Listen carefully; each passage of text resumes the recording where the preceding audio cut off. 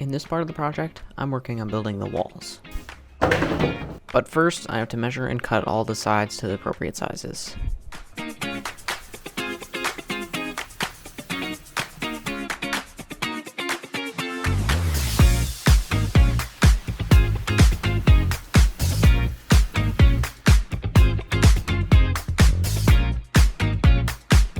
I thought the best method for cutting these would just be using a box knife, but that wasn't working.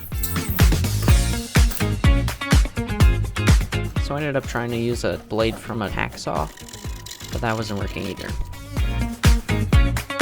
So I grabbed out this wicked looking knife. Same result.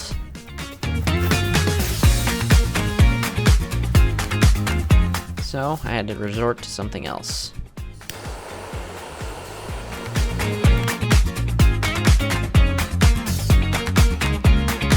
This cut through the foam board with zero effort. It was so smooth. Although one downside is the entire time I'm breathing in carcinogens.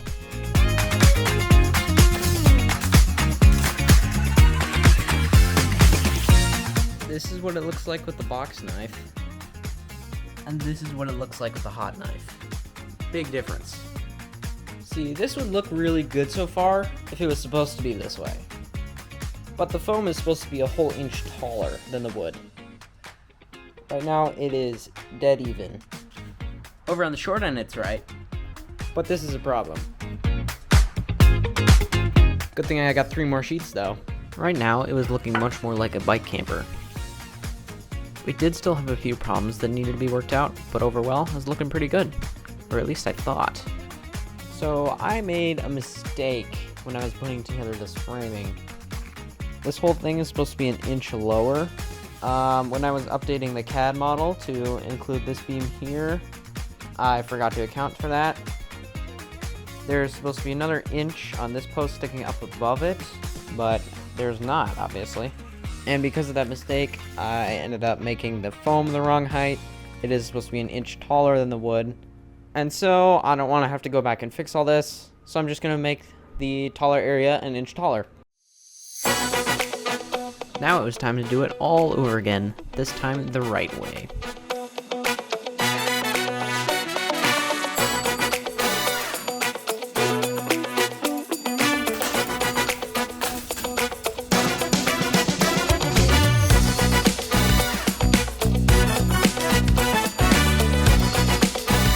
Got the inch of space we need now. This top edge is looking much cleaner too. And with that, it was time to do the same thing all over again.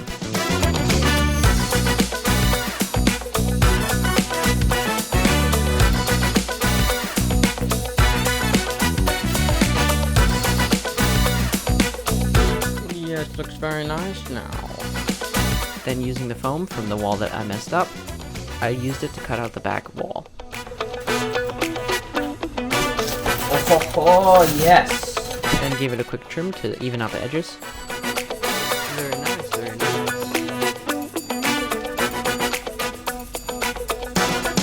Then I had to make a quick run to Home Depot to pick up some other stuff.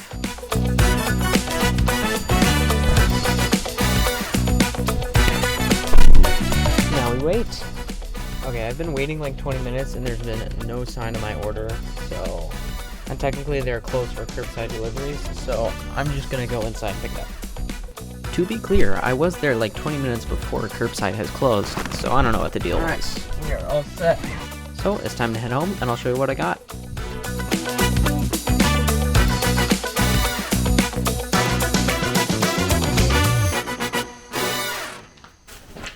Real magician. Canvas. So this is the glue that I bought for going in between the foam and the wood. It's a little bit larger than I expected.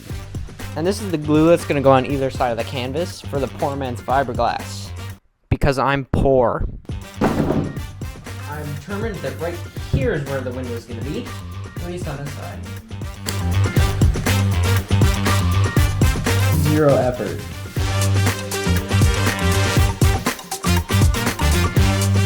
And once that was cut, it is now time to use the most efficient way of getting the foam out. We have a window!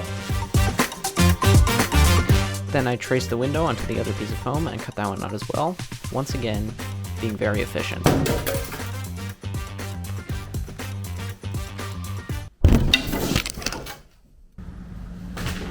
Wasn't expecting to see you here. Once the windows were cut, we can lay down the canvas to start gluing it down. But first, you have to cut the right size, and then we can start gluing it down. These scissors are just not going to cut it. Scissor joke! Let's try these ones.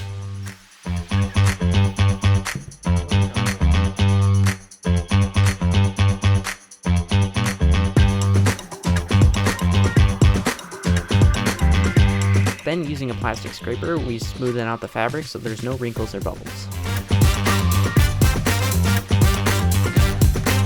So I stopped at Dollar Tree to grab these tubs, because for the next layer of glue it has to be like 75% glue and 25% water. So let's do that. Welcome to Cooking Glue Stuff with Lincoln. This is an original recipe originating from my garage. This first starts with 1 cup of water, followed by 3 cups of glue.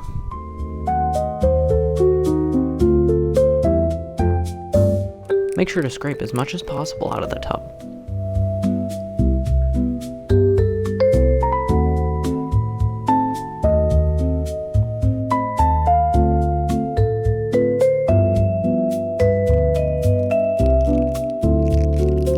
Then make sure to stir it well until it's all mixed together. Now you got yourself a good 3 parts glue, 1 part water mix. Then I poured and rolled the glue water mix on top of the canvas.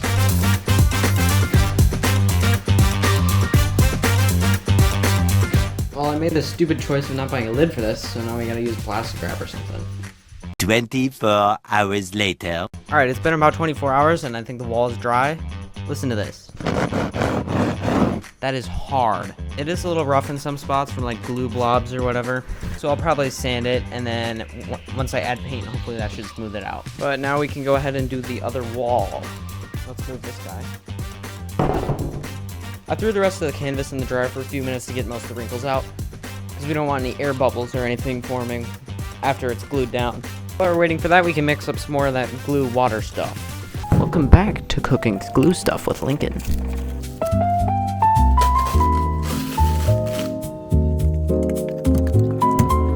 You know how it goes. Hello, canvas. Just 1 cup of water.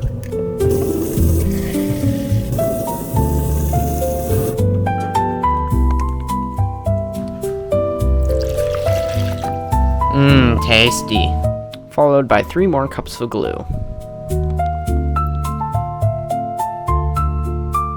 Once again, making sure to scrape it all out of the tub, or as much as possible. Then mix it thoroughly. Alright, the canvas is dry and wrinkle-free now, so we can start gluing it down. Then we do the same thing as before, pouring the glue onto the foam, then laying down the canvas and scraping it smooth. Then once that's dry, we can add the top layer of glue.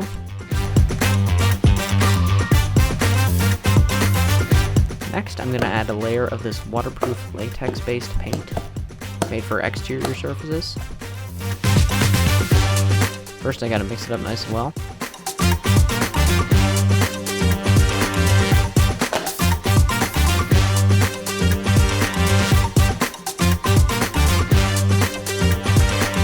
And then we can add the first coat of paint to both the walls.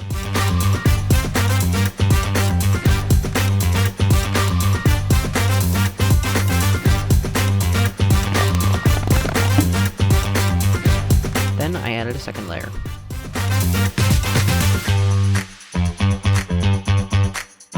As you can see, these definitely look a lot stronger, and they sound like it too. Overall, the finish looks really nice so far. I don't know if you can see, but in some spots there's like tiny little air holes everywhere, so I think I'll have to go over with at least 1 more coat of paint or a waterproof sealant. Then I trimmed off the edges, and then we are about done with the walls.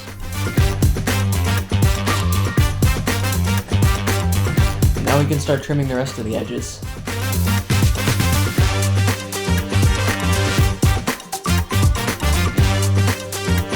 Alright, now they're trimmed and ready to be put on the camper. See you in the next video, whenever that happens.